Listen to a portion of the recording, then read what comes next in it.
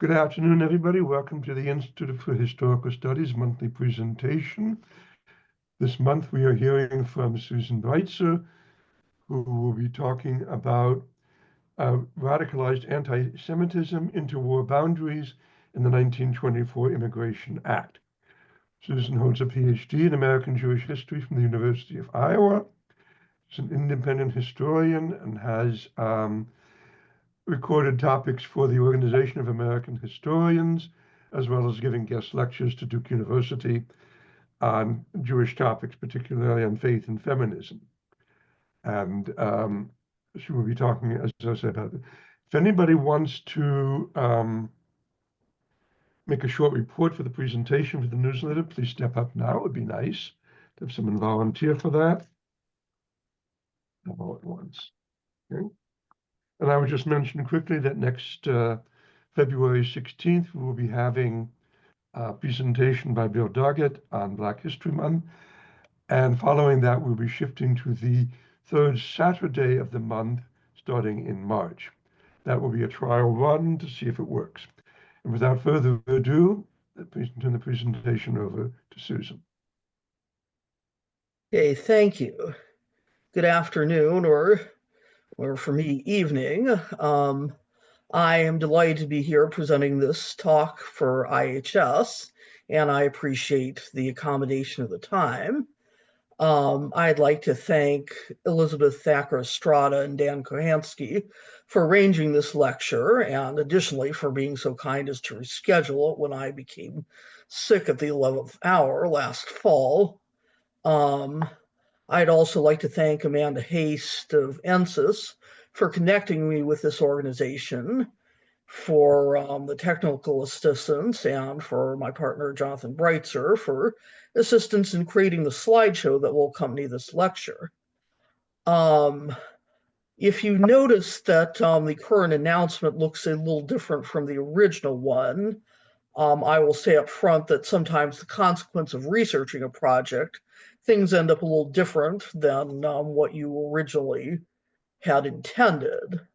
In the description I had composed for the September date, and I've since amended, I had talked about the effect of the change of European borders and how that affected quotas and European Jews. But in the course of my research, I've discovered, and while I will still talk about, I've discovered the most impactful information was about the way that even German Jews, who should have fallen into the favored quota category, had, as I've said, their jeopardy doubled by the combination of the Nazi policies that tried to force Jews out while stripping them of livelihood and economic assets, with the strict interpretation of the US immigration laws at that time, and in particular, the likely to become a public charge provision, referring to the possibility of ending up on welfare, public or private. And I'll be referring to that throughout as the LPC. The 1924 Immigration Act, which severely restricted immigration from Southern and Eastern Europe in favor of what was called the old stock immigrants from Northern and Western Europe, curtailed much of European immigration and completely excluded immigration from Asia. But the Immigration Act had an especially devastating effect on Europe's Jews, with increased restrictionism just when refuge was needed the most, before as well as during the Holocaust. This situation resulted from immigration restrictions shaped by a combination of increasingly racialized anti-Semitism and geographical bias that disfavored the new Eastern countries created after World War I. In addition, European Jews were ill affected by the US's stricter enforcement and of immigration regulation and the evisceration of previous religious persecution exemptions. Finally, German Jews, who were seemingly a favored quota group, suffered from the effects of a variety of bureaucratic stratagems, especially regarding the LPC provision. This presentation will examine the devastating and eventually deadly effects of this combination of anti-Semitism, the growing need for Jewish refuge even before the Holocaust, and the bureaucratic measures maintained through one of the direst periods in Jewish history. I'm going to, let me know if you're seeing this here. The first slide. The lecture will cover a number of areas that will be roughly as followed. 1, the role of anti-Semitism in general, xenophobia in the creation of the national origins-based quotas.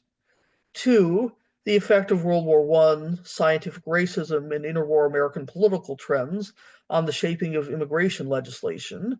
3, the effects of post-war realignment and the breakup of empires on national borders. 4, prior immigration restriction legislation, the passage of the 1924 Immigration Act.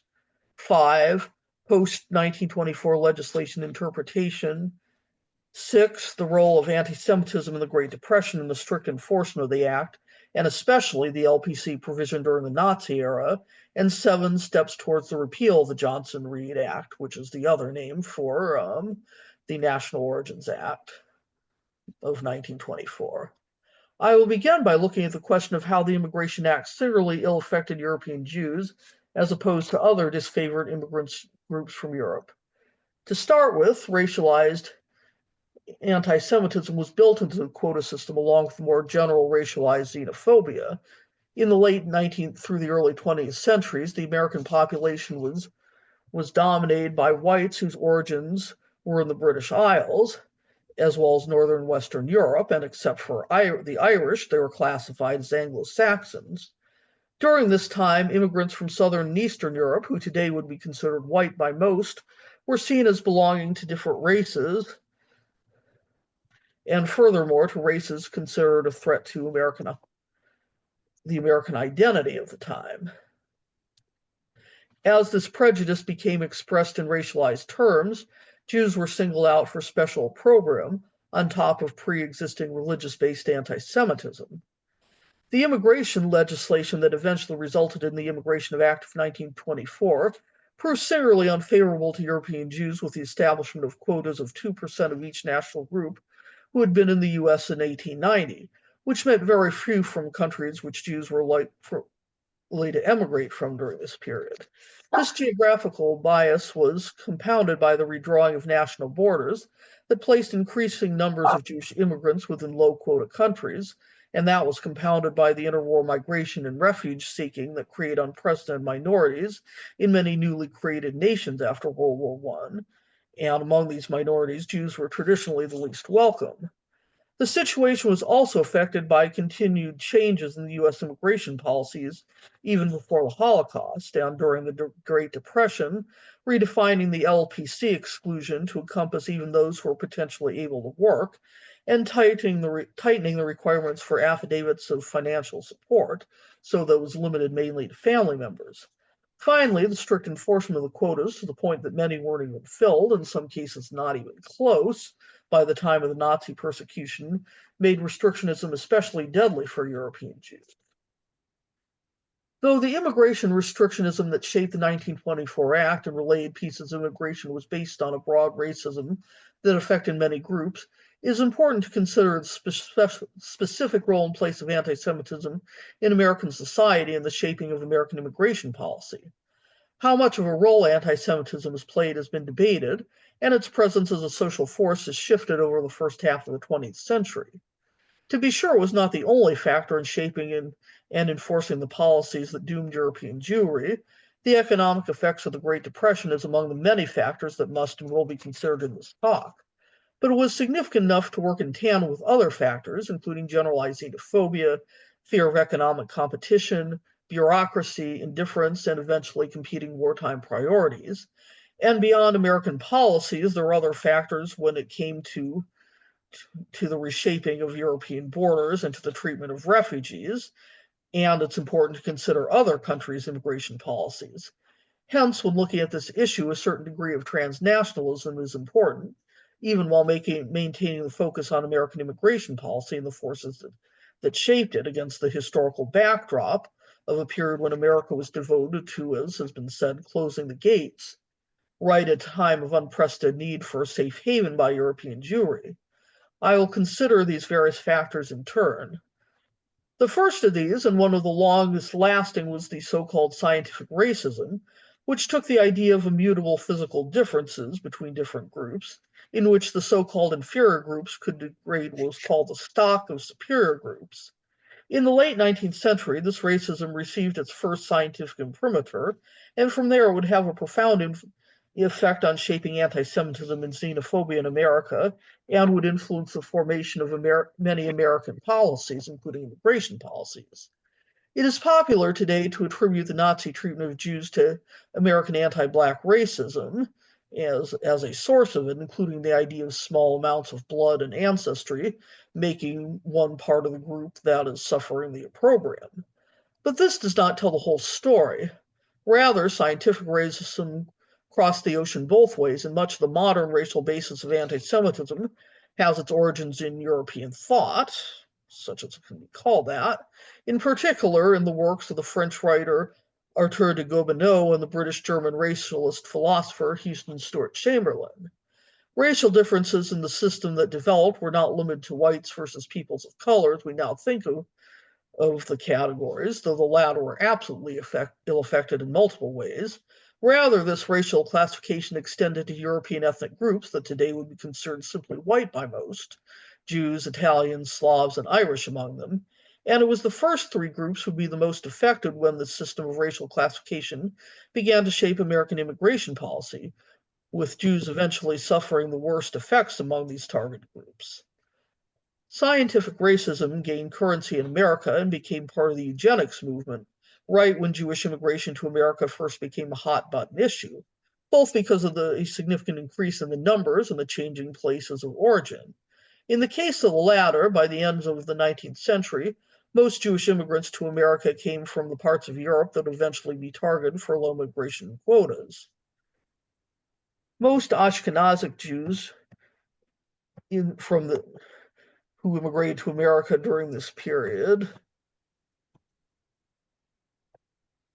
lived in the Russian Empire, indicated here, which was now Poland and the Baltic states.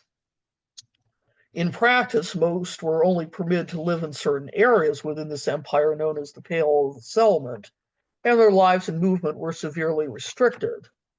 Literally beyond the Pale, there were also large numbers of Jews who lived in Romania, where they were beset by both an anti-Semitic Romanian nationalist movement and economic privations that partially resulted in this anti-Semitism.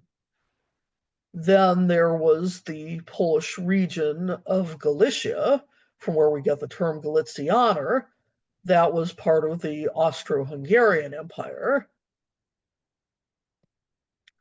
indicated here, and their Jews were treated relatively well and immigrated and were more likely to immigrate for economic reasons. But the combination of these three groups with their various reasons for immigrating meant an unprecedented influx of Jewish immigrants to the United States, who were furthermore very different from previous Jewish immigrants, first from Spain and Portugal, and by the early 19th century from German-speaking lands in Central Europe. Immigration by this newer Jewish population seriously began in the 1880s, amid the massive rise of pogroms, the organized anti-Jewish violence that government, if not exactly participating in, did very little to stop. The United States by this time was a major destination, and most individuals who migrated to the United States were helped by organizations such as the Hebrew Immigrant Aid Society, which is still operational today and now helps refugees of all backgrounds using their acronym of HIAS. Most of the newest Jewish migrants from this period were visibly different from the Jewish populations that preceded them in their modes of worship and dress and language. Plus, they're just plain different, and that contributed to their image as foreigners who could never be properly assimilated to the American way of life, and whose numbers, therefore, would be targeted for restriction. Although anti-Semitism existed in the United States independent of immigration, the arrival of so many visibly Jewish Jews only ramped things up, and things would only become worse with the outbreak of the First World War, then known as the Great War. World War I would have multiple ill effects on Jewish immigration to America that would both lead to and compound those of the sweeping immigration restriction that was passed by 1924. In America, one of the worst effects was ideological, with the promotion of the idea of 100% Americanism. Although the U.S. initially tried to stay out of the war, eventually was drawn in, and once the U.S. entered World War I in 1917, there was a whipping up of patriotism that became an integral part of the American war effort and include pretty much zero tolerance for anti-war dissent. And because the war was primarily against the German Empire, it started out with anti-Germanism that brought about a hostility to an erasure of German culture that included the banning of German classical music and a teaching of the German language in schools, as well as the renaming of things like frankfurters as hot dogs and sauerkraut as liberty cabbage. The last of these today would seem as laughable as freedom fries in more recent times, but it was no laughing matter then for the once proud German immigrant and German American community who suffered from significant prejudice and even violence and had to change their names and suppress their heritage in the name of Americanization. And this anti-Germanism soon mutated into general anti-foreignism, which was also shaped by the 1918 Bolshevik Revolution in Russia. And here I'm going to share the next slide. Lenin. The Bolshevik Revolution in Russia resulted in the overthrow of the Tsar and ushered in the era of the Soviet Union that lasted until 1991. This development abroad led to widespread American hatred and fear of radicalism, and the people from countries likely to be affected by it and thus were associated with it.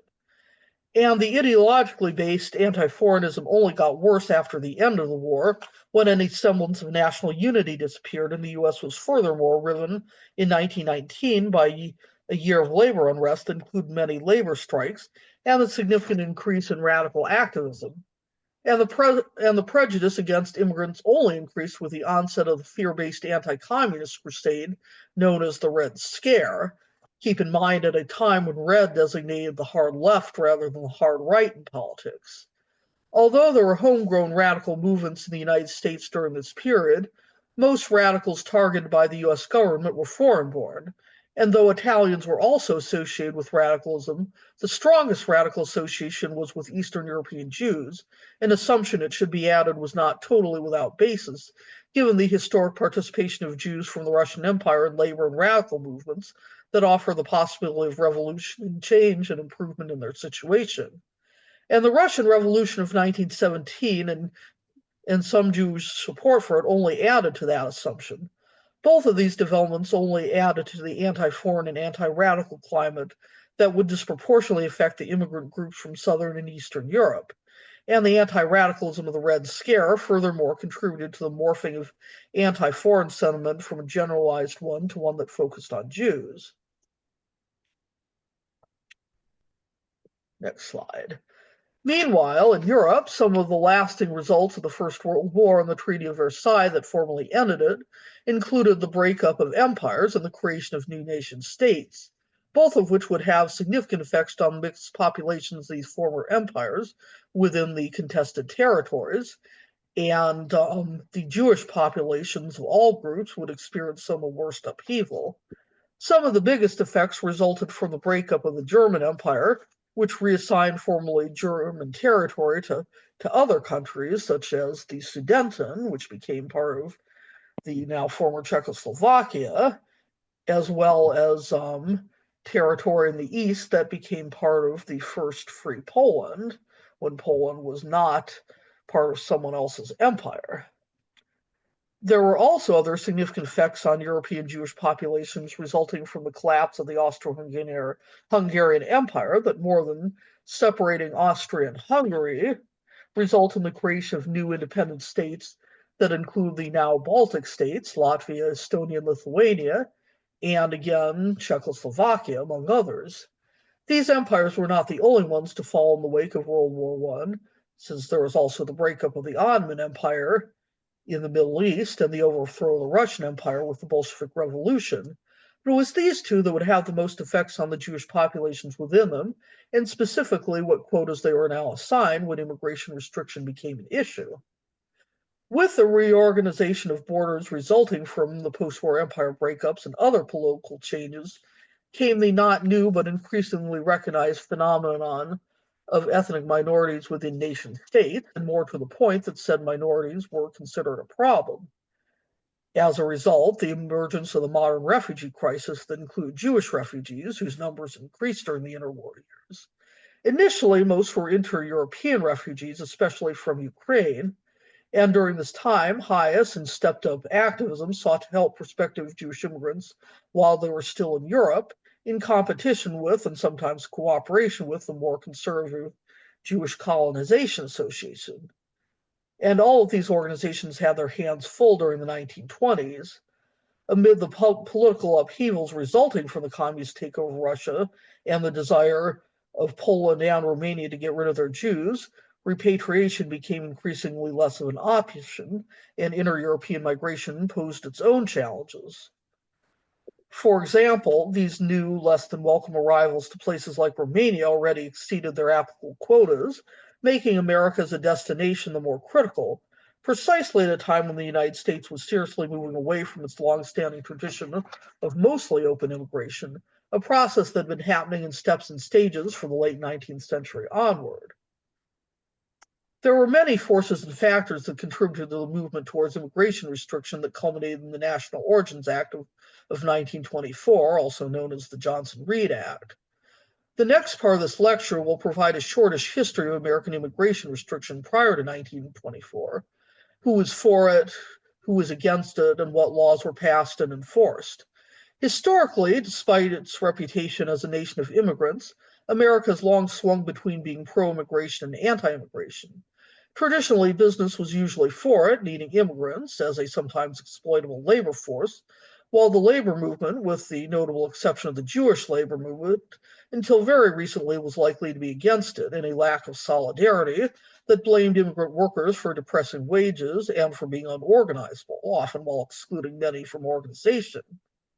American attitudes towards immigration were affected by a variety of factors, from economic stability or instability to social unrest, and during the upheavals of the late 19th and early 20th centuries, the rise of mass capitalism, mass urbanization, and accompanying labor unrest was often blamed on immigrants, and this trend was exacerbated by the changing source of immigration to the United States, which, leaving aside Asian immigration, which is an entirely separate lecture, was comprised increasingly of peoples from Southern and Eastern Europe, whose religious beliefs and customs were more likely to be different from those of the majority of white Americans in the country during this period.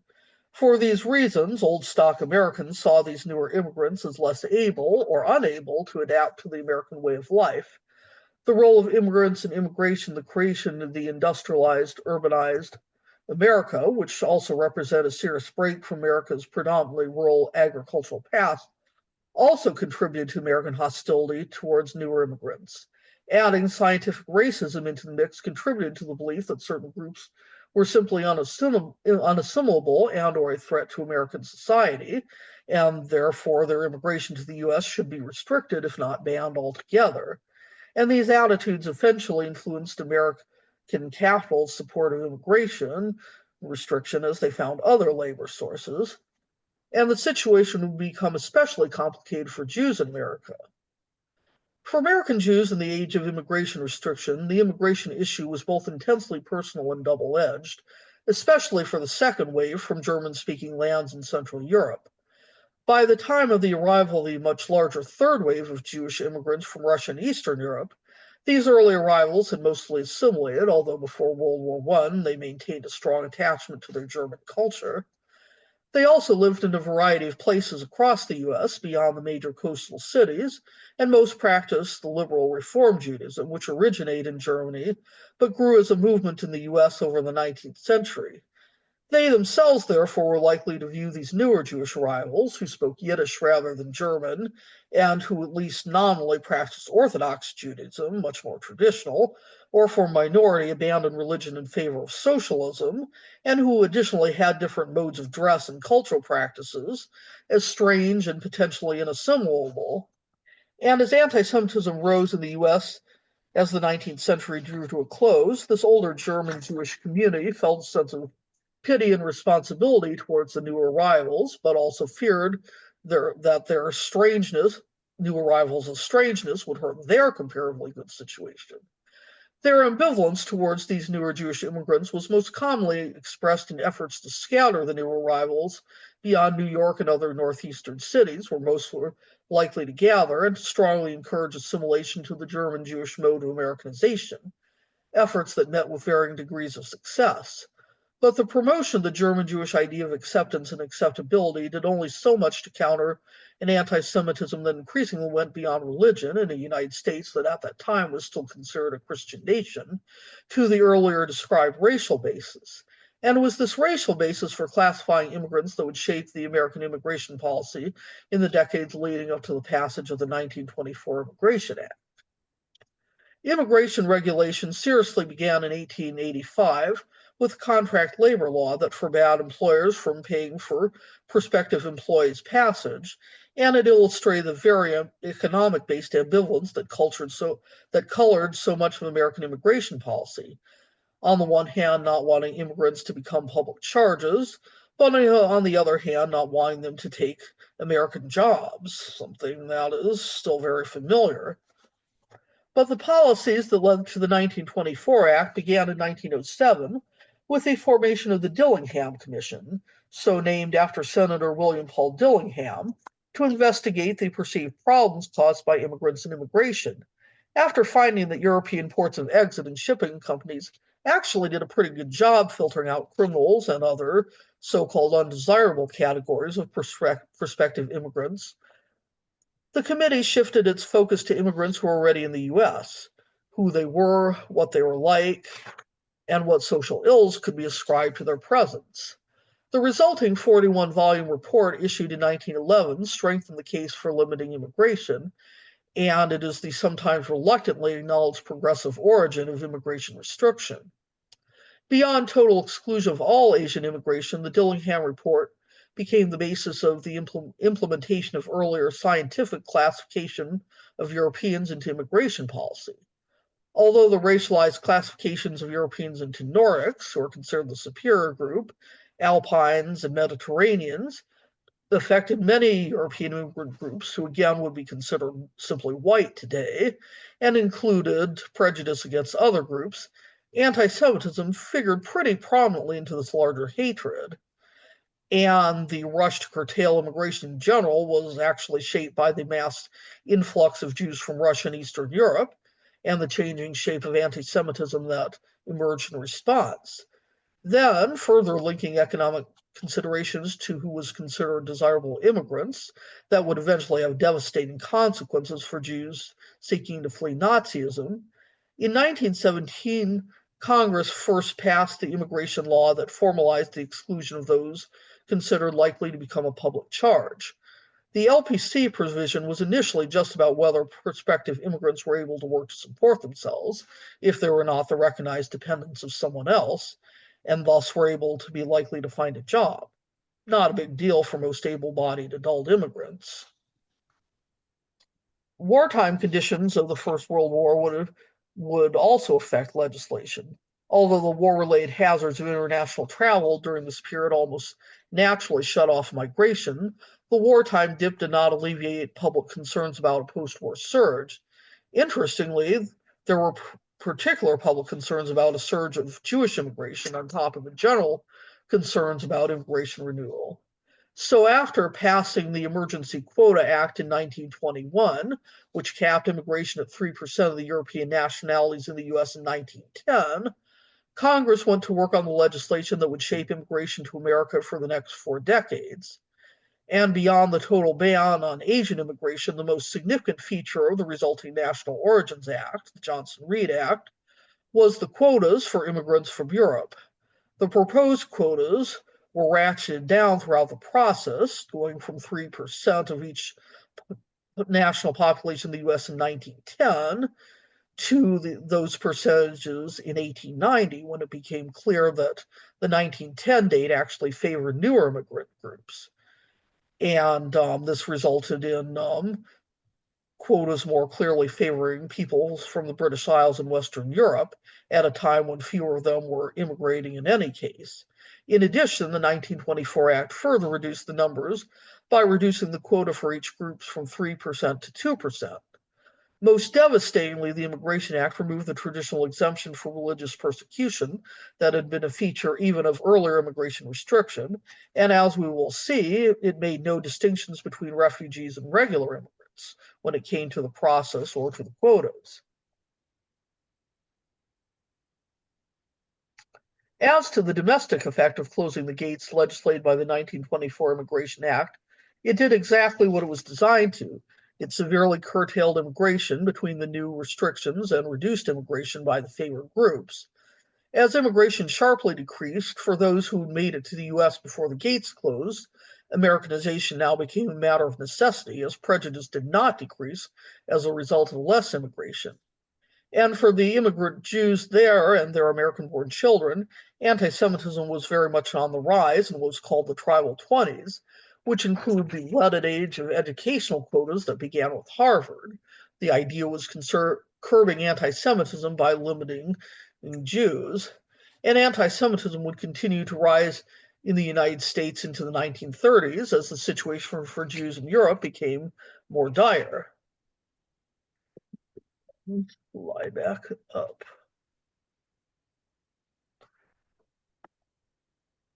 The boundary reconfiguration of interwar Europe would have many ill effects on Jews from across Europe. Some of the biggest changes, as mentioned, include the breakup of the Austro-Hungarian Empire and the Versailles-induced taking apart of pre-World War I Germany. And many of these changes of borders would become later points of contention that would inspire the rise of Hitler's regime and eventually the Second World War. But most immediately, these borders changes, as you see illustrated on the map, would result in, to borrow another historical phenomenon, borders crossing people, which meant that in a lot of cases, newly replaced Jews who had previously been part of Western Europe now found themselves in Eastern Europe, and thus subject to stricter quotas. But as we'll see, even Jews who were still in Germany or Austria, countries theoretically favored by quotas, would eventually find themselves restricted from immigrating to the United States, again, precisely when they most needed to. Most immediately, though, the need for refuge was to be found in some of the more heavily Jewish areas in Eastern Europe, notably around Brest-Litovsk, whose Jewish populations experienced some of the worst wartime devastation and displacement. And that, of course, left aside the question beyond wartime displacement of how separate and or how equal or not Jewish minorities would be in many newly created independent states that emerged from the breakup of the Austro-Hungarian Empire.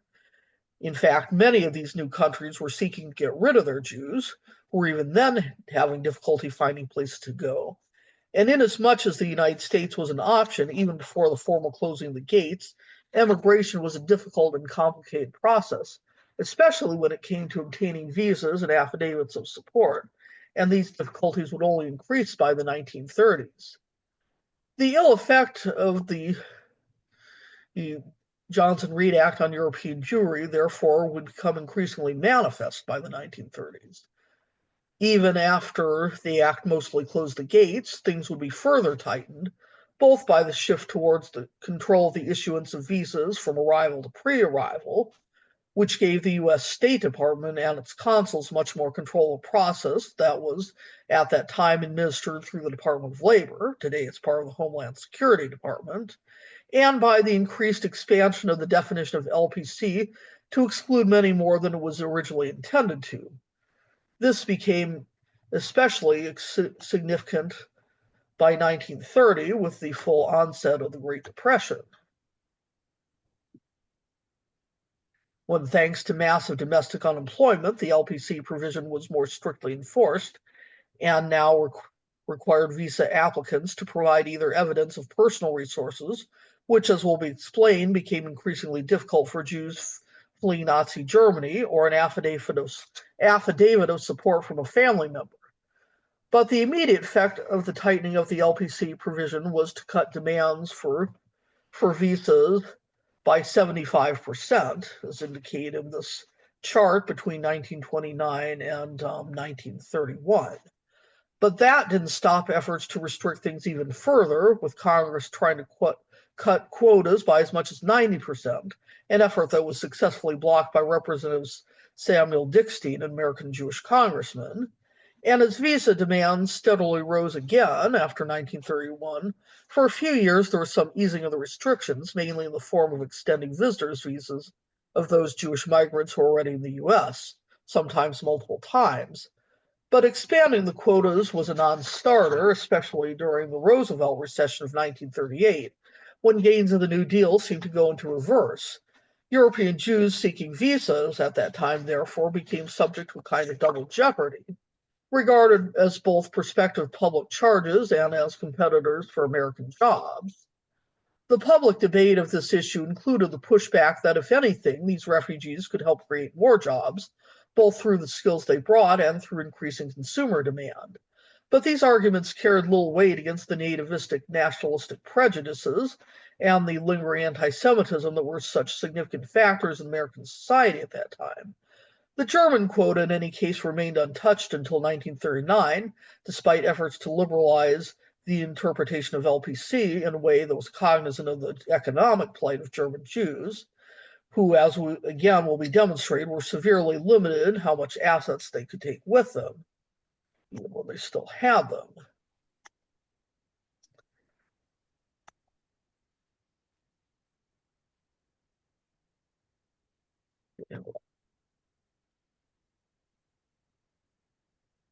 The onset of the Holocaust happened in stages, aided at first by disbelief that either of these anti-Jewish measures of Hitler's regime would either last or ultimately lead to the mass annihilation of Europe's Jews.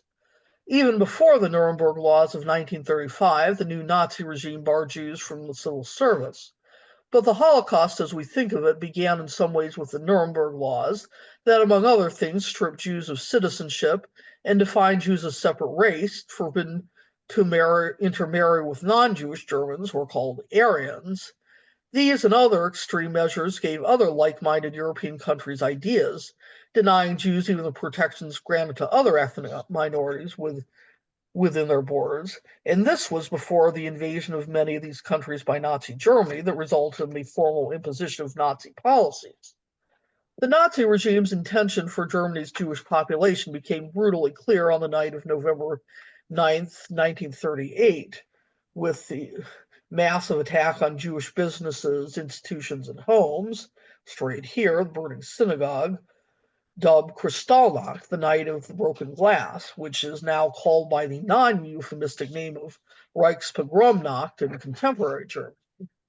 This massive pogrom announced more clearly than ever the Nazi intentions and ramped up the Jewish demand for visas, and the massive post-pogrom fines levied against the Jewish community for the damage done to them were not merely punitive. They were also another way to confiscate any Jewish assets that the Nazis could, and that further complicated migration by reducing most prospective Jewish migrants to pauperdom. Many factors, of course, precipitated the coming of the Holocaust, but when assessing the role of the United States in letting it happen by preventing so many fleeing Jews from finding a place of refuge, some of the most significant include the super strict enforcement of the restriction of the 1924 Act, as well as political considerations and domestic anti-Semitism. I will examine each of these in turn. When it came to the quotas, there were initially some governmental efforts at workarounds, most which were largely piecemeal.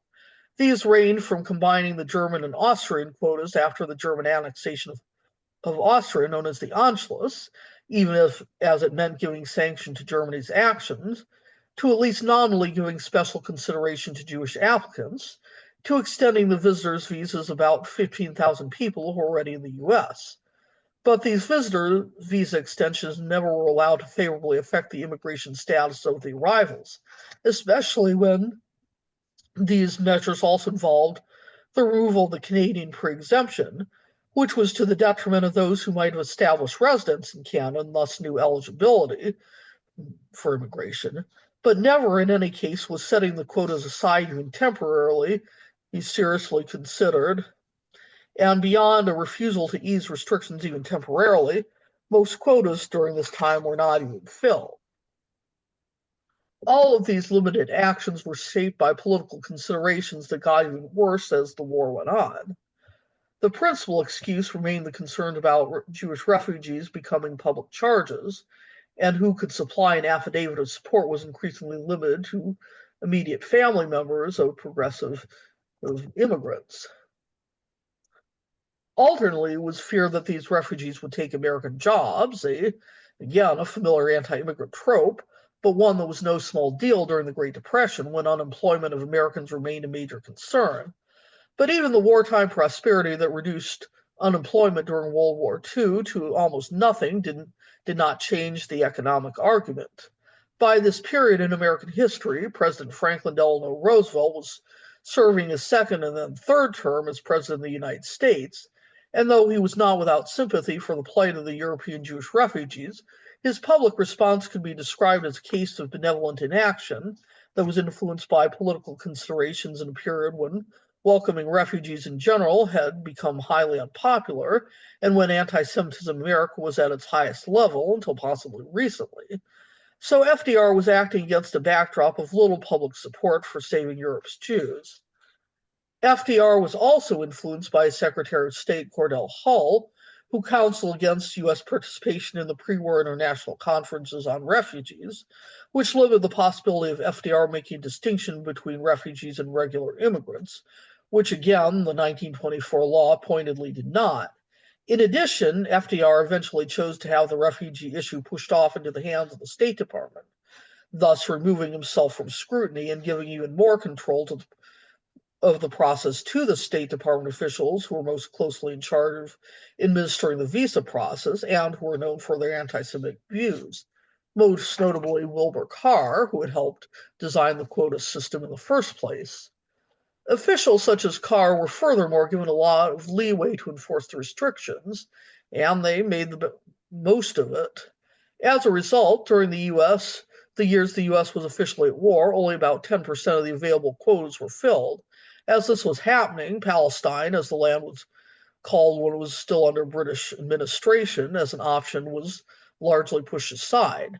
To start with, the land, because it was under British colonial control, was considered to be in the British sphere at a time when diplomacy was governed by spheres of influence. Plus, the U.S. felt the necessity of placating Arab interests for reasons that include the oil supply, which was vitally important to the successful prosecution of the war. And for American Jews at this time, they were far less of a political force than they would become in the post-war era. So during this time of peak danger to European Jewry, American Jewish responses in regard to the crisis were limited and ineffectual, and for a variety of reasons. To start with, it was not a propitious time to push for liberalized Jewish immigration to the United States. Beyond the economic considerations of the Great Depression, anti-Semitism was at an all-time high and possibly even worse than now, and there was a lot of division and disagreement within the Jewish organizational infrastructure of this period. As a result, few American Jews wanted to risk pushing for change out of concern for their own uneasy status. And even the most highly placed American Jews, including those who were elected officials, had limited maneuvering room. For example, Representative Dickstein's efforts to legislate liberalization that include trading several years' worth of quotas for future restrictions ended up backfiring and leading to new restrictions. In addition, to get any action on refugees at all, some progressive organizations of this period, such as the American Friends Service Committee, a Quaker organization, de-emphasized the Jewishness of the refugee population. Nor did the plight of these refugees, inasmuch as was understood before the uncovering of the Holocaust, inspire change. In fact, the refugee status of most prospective Jewish immigrants now compounded anti-Semitism. In addition, there was a fear that admitting a mass influx of Jewish refugees from Germany might inspire other countries to simply dump their Jewish populations, creating an even greater refugee problem for the U.S. As a result, some Jewish leaders and organizations argued for other solutions, and from the increasingly futile idea of protecting minority rights within the countries in question to promoting emigration to Palestine, at least before Britain closed off that option as alternatives. The deadliness of these restrictions and the lack of success in reversing them would only gradually be apparent, even as they gave the Nazis license for further anti-Jewish measures even before the final solution. To start with, the strict interpretation of the LPC provision worked in nasty tandem with the German policies that stripped Jews of most assets and limited what they could take out of the country. As a result, even those who were able to get out had less and less options of where to go, as other countries around the world, including the counted alternatives in Latin America, enacted similar restrictions. When no country would take these refugees, who the Nazi regime had sought to use a modern term, ethnically cleanse, it prompted the formation of the final solution.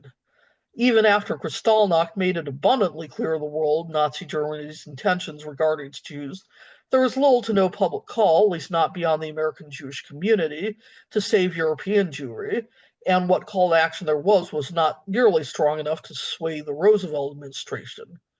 Although what I will call the hot form of anti-Semitism was largely limited to extremist groups and individuals within American society at that time, most notably groups like the Silver Shirts and the German-American Bund, which were basically Nazi adjacent, there are enough of what could be considered the cold sort of anti-Semitism regarding Jews as undesirable, which was what created an environment that was not favorable to saving Europe's Jews, even when the danger was known. Slide here.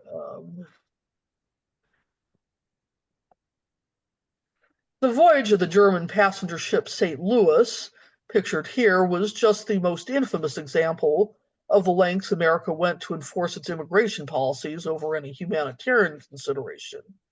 The ship arrived in Cuba with a crammed boatload of refugees, most of whose visas had been issued by an unscrupulous consul and were thus invalidated before the ship even arrived.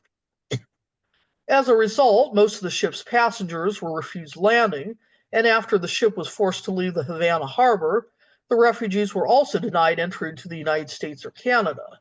Eventually, the ship turned back to Europe when England, France, Belgium, and the Netherlands agreed to take percentages of them, rather than simply sending them back to Germany.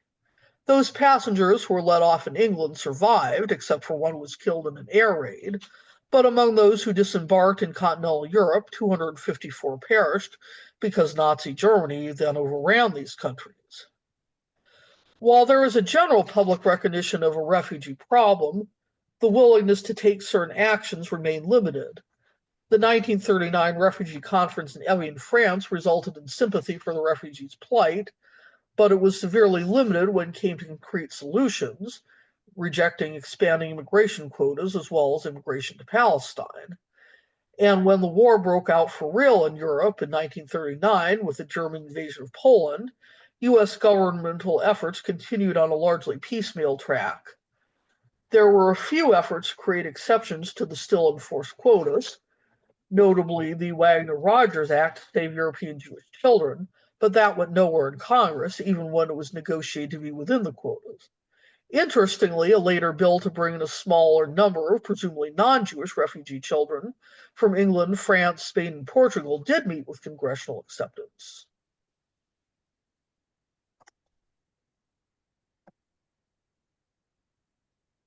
Well into the war, in 1944, FDR finally established the War Refugee Board, which was purposely made separate from the U.S. State Department. The board's belated efforts would include the establishment of a refugee camp in Oswego, New York, pictured here, saved about 20,000 people, an effort that in many ways was too little too late. In the end, the U.S. led about 120,000 people, mostly Jews, and via other immigration sources as many as 250,000. And while this was lots better than, say, Canada, which managed less than 5,000, with 6 million ending up dying, the U.S. still could have done a lot more. The revelation of the full horrors of the Holocaust and the recognized need to address the needs of survivors and displaced persons influenced, at first haltingly and amid lingering anti-Semitism, steps towards the repeal of the Johnson-Reed Act.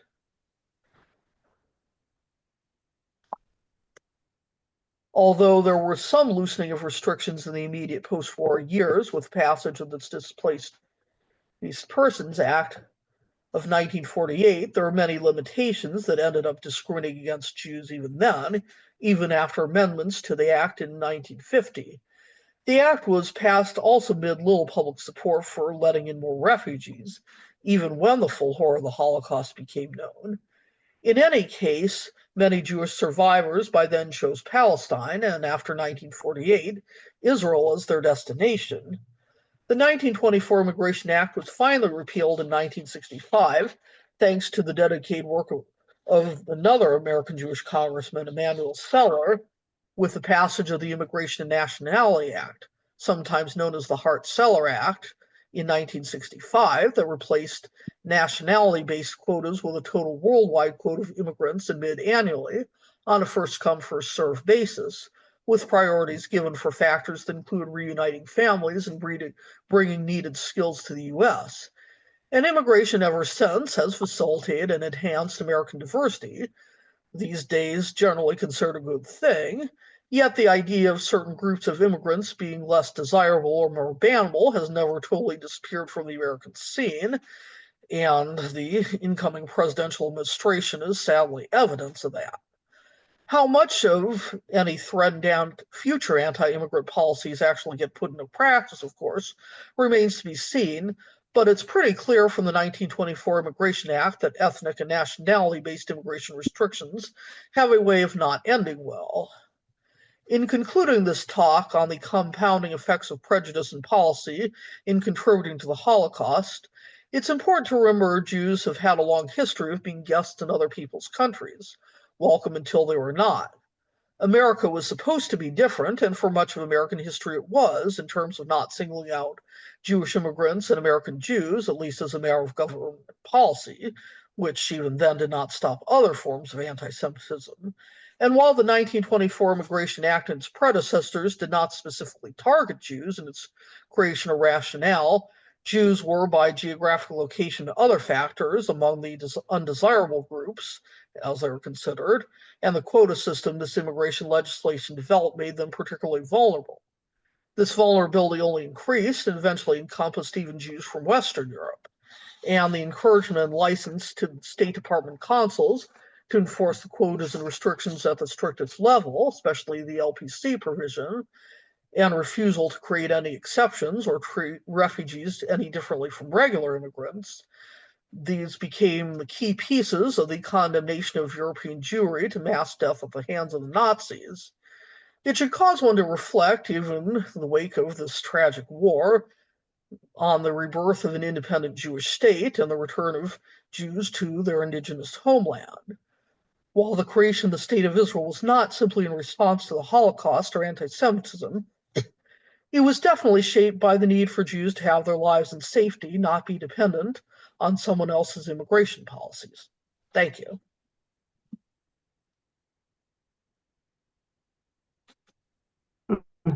Thank you, Susan. A very long and complicated history summed up. And so, I'll open the floor to questions. You can all unmute yourselves. Please do unmute yourself if you have a question in particular. I'd like to start by sort of asking you to expand on something that you hinted at, which is probably going to be controversial, and that's the history repeating itself in the current environment, and observations on that, perhaps. Now, I think that I'll start by saying that I don't think at the moment that they're aiming specifically at Jews. Of course, the situation is much different from 1924 or even 1934. But I can see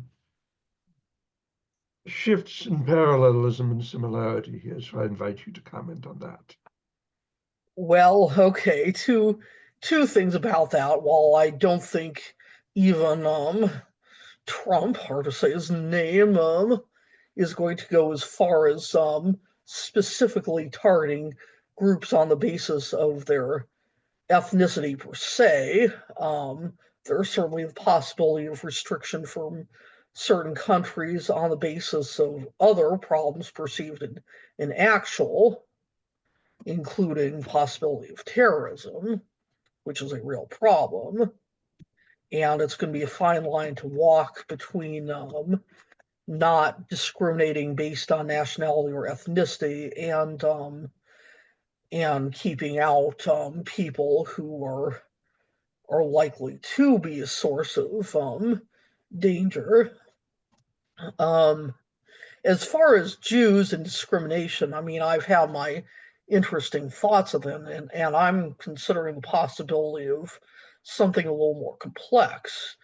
You remember a few years ago the possibility that Jeremy Corbyn would become Prime Minister of England, not known for his friendly views towards Jews, let's just say that.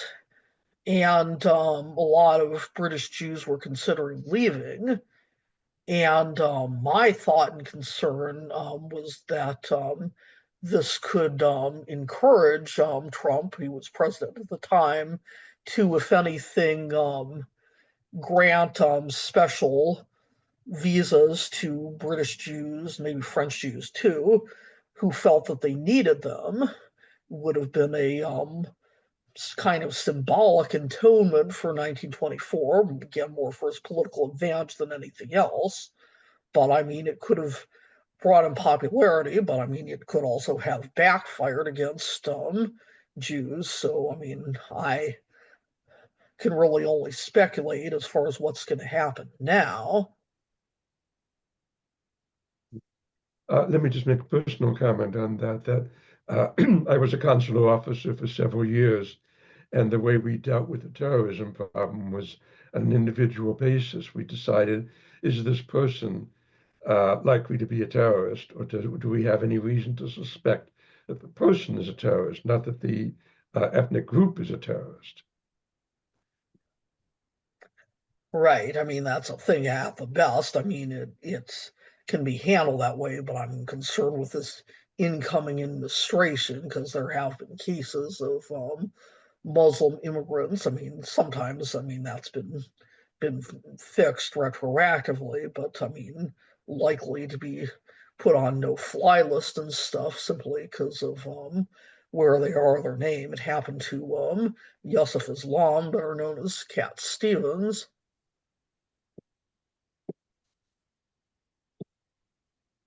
I don't see most people. You're blanked out.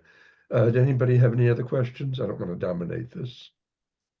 Well, I'll make a comment or question. I mean, the present situation, presumably there's no issue at present about I'm sure that Jews who wish to come to America, there's no immigration.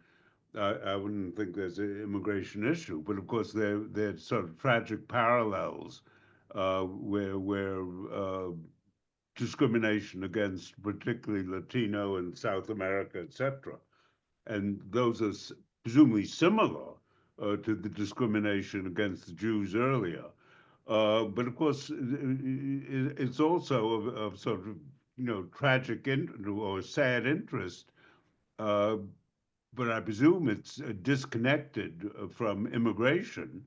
I mean, there's a terrific rise of anti-Semitism. I mean, anti-Semitism that's presumably as intense uh, as the anti-Semitism at the time of the passing of the 24 Act, but for vastly different reasons, all tied in with Israel and so forth and so on. I mean, that's a whole other story, but nevertheless, presumably it's interesting in terms of parallels. And the other aspect that is also terribly sad that of course there was a lot of activity and pressure in the 30s to get both Britain and the United States to be much more to increase the quota or allow many more Jews to come because of what was happening in Germany. But it was maybe there was a marginal a very slight increase, but it was certainly comparatively trivial. And that's a whole other. It's a different story in a way, but a sad, unfortunate, and but intriguing. And presumably, it arose One of the things I'm interested in is the nature of British anti-Semitism as a historian of Britain. And there was great pressure. Bernard Wasserstein's written about it, and 𝘰𝘰𝘱𝘢𝘕's written about it. There was great pressure to welcome Jews, to allow more Jews to come to the United States and Britain in the 30s. And as I say, I think there was a slight increase, but it was marginal. And the tragedy is that and there were all those ships, and the ships that, or whatever it was, the ship that was turned away and came over from Europe and then was sent back. I mean, it was an incredibly sad story of the 1930s, and obviously tied in with anti-Semitism.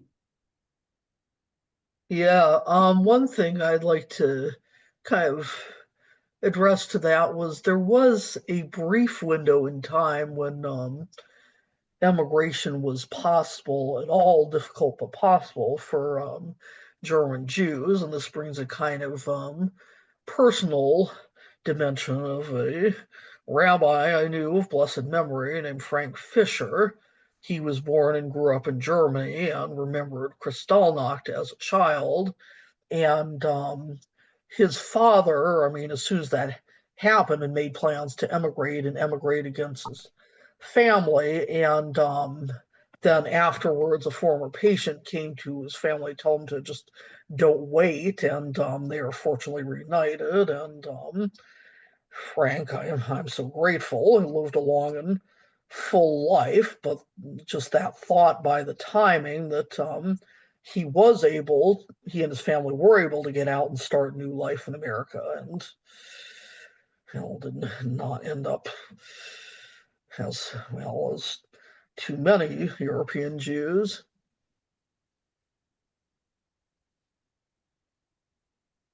Can I make a comment? Okay. Raise your hand if you can hear me. Okay, I'm Oliver Pollock, and my family left Germany and Austria between 1935 and then much more rapidly after Kristallnacht in March and April 1939.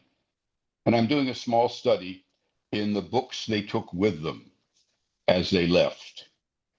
One of the books that's in my mother's collection was by Leon Feuchtwanger, The Oppermans, a magnificent novel set in 1933, and it tracks the rise of Hitler and then cuts off in later 33. And very recently, I also read Uwe Wittstock's book, The Winter of Literature, February 1933. And that is not nonfiction. It's journalistic rendition, very recently published. And what Wittstock does is he looks at the 60 days after Hitler came into power and the Nazification of humanities, social sciences in Germany, and Jews, even before the Nuremberg laws, having a difficult time staying in universities. I've been reading this for about 4 months, triggered by the incoming president being called a fascist, and worrying about that concept of history repeating itself, which I don't think it does. And the fictionalized account by Feuchtwanger and the highly realistic and factual account by Wittstock gives me a sense of confidence that Jews sit in a safe place in America. Now, I may be stupid because my grandfather was sitting in Hanover in 1939, and he thought the German people would come to their senses, and he was going to hang around for that. My grandfather ended going to Theresienstadt and surviving and being liberated. The point is, and I'm using you as a platform as I write this. The point is, the enemies of America are different today than they were, and the prejudice and the richness or the thickness of the prejudices today are different than in the 1930s. And I'm still an optimist. And so that's not to ask you a question, it's just to give you my parallel work in this area. Thank you for your presentation. Thank you.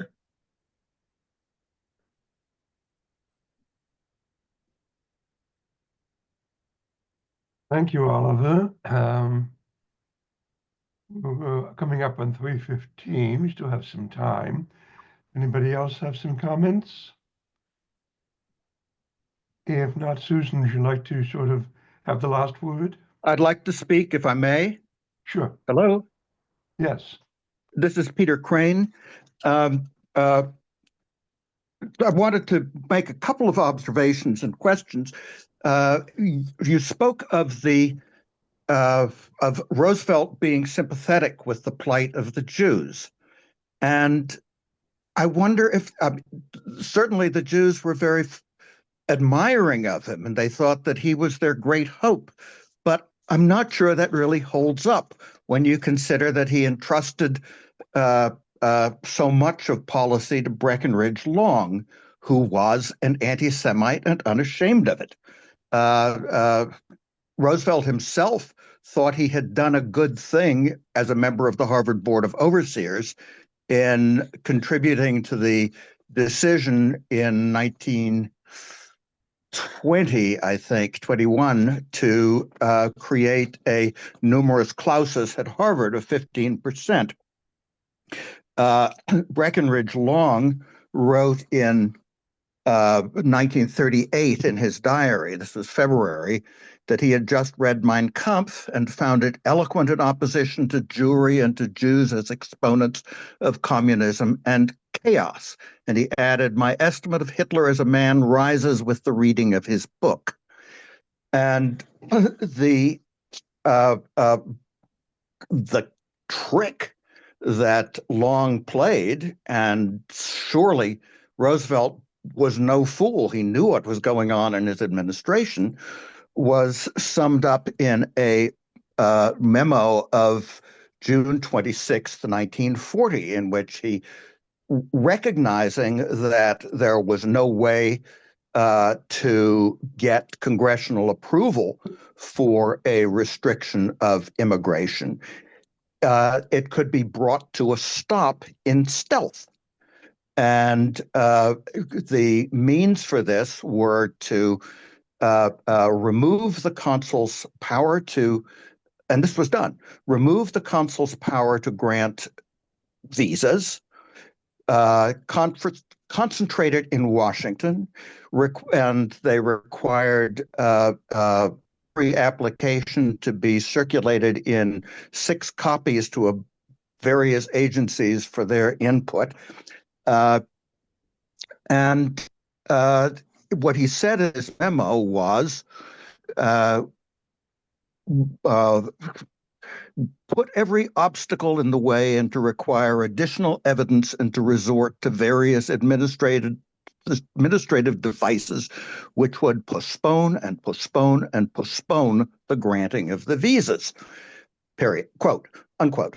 And you can say, to me, in this repetition of postpone, I sense a certain pleasure, Schadenfreude, at his own cleverness in coming up with what was, in effect, a secret ban on immigration. And in November of 1944, by which time the European Jews were basically all dead, he had become a liability, and Roosevelt could sack him and speak out fiercely about the extermination of the Jews and how the victims would be, avenged, the villains brought to trial and punishment.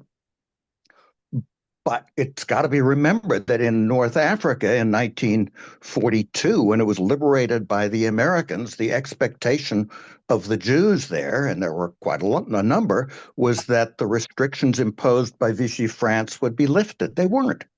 It took a long time.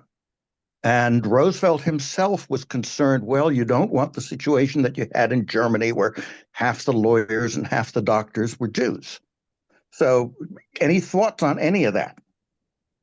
Well, I guess my feeling was, there's two considerations. I did read a lot of this during the preparation of this lecture and trying to work in as far as what I could. There's so much, including Frances Perkins, Secretary of Labor, who was sympathetic to the Jewish plight, trying to do something, but she didn't have a whole lot of influence.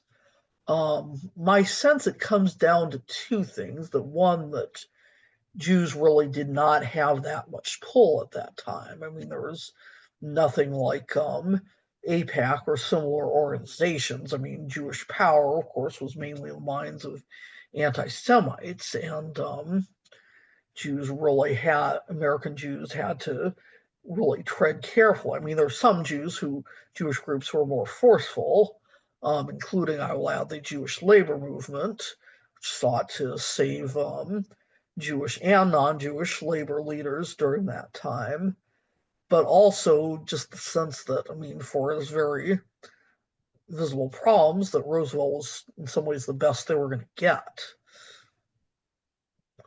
And they had to work with what they had, someone who, again, I'm borrowing from descriptions of hot versus cold racism, that, cold anti-Semitism was in some ways the more devastating factor than hot anti-Semitism. It was by people who were not obvious extremists, such as the silver shirts, and you had to work with people who at least did not appear to have that kind of cold anti-Semitism, or at least who did not display it openly. Thank you. Okay. Anybody, any other comments? Would you like to have the last word, or did you already take the last word? Well, okay. First of all, thank you all for being here. Thank you for your thoughtful comments, questions, and observations. As we know, we are living in a time of rising anti-Semitism, which is not as bad as it was in the 20s and 30s, at least not yet. And there is fortunately a more assertive Jewish infrastructure than was the case in times past. But that said, in my recent work as a historian, my goal is basically to use history to make sense of things, and I hope this lecture will help in terms of making sense not only how much anti-Semitism could influence policy, but also simply what's wrong with anti-immigration prejudice and what it can do, sometimes not necessarily to the group it's specifically targeting. So thank you all. It's been great to deliver this. Okay, well, thank you Thank again. you, Susan.